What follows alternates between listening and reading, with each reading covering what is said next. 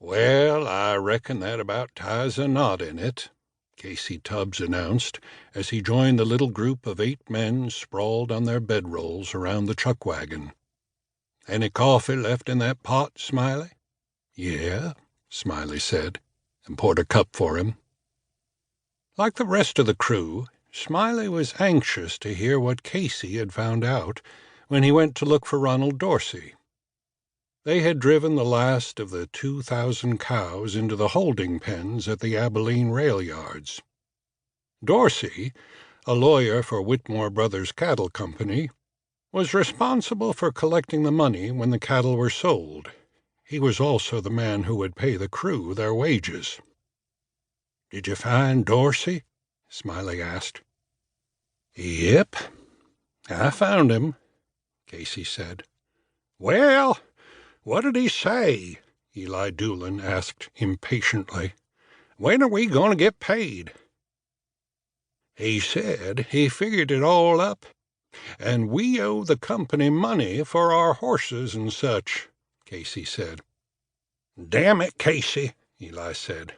"When's he going to pay us?" Eli, along with Casey, was one of the older cowhands for Whitmore Brothers. The two of them had been working cattle together for so long that each one knew when the other was joking. The rest of the crew, all but 2, were young men in their teens, anxiously waited to hear what Casey had found out. "Dorsey said the payroll was deposited in the First Cattlemen's Bank under each man's name. We have to go to the bank to draw our money out, and the damn bank's closed now, so we'll have to wait till tomorrow morning to get our money." His statement was met with a chorus of groans and complaints. Every man was eager to have money in his pocket tonight.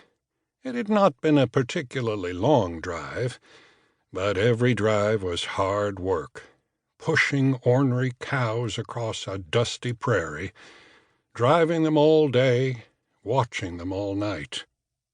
The pay was $40 a month, so a drive this short wouldn't put much money in their pockets.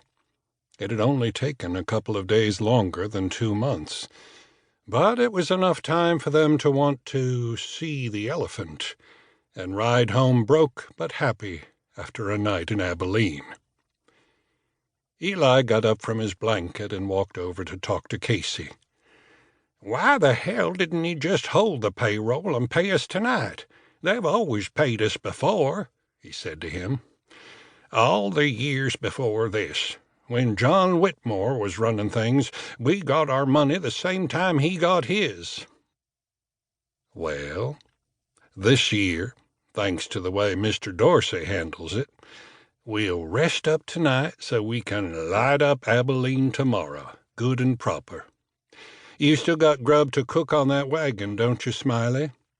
"I sure do," Smiley said.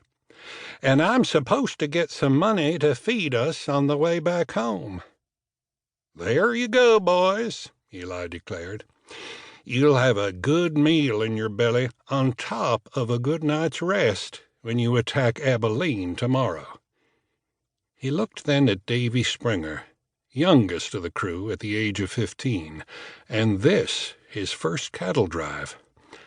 "This way you be able to brag about it when you get back home.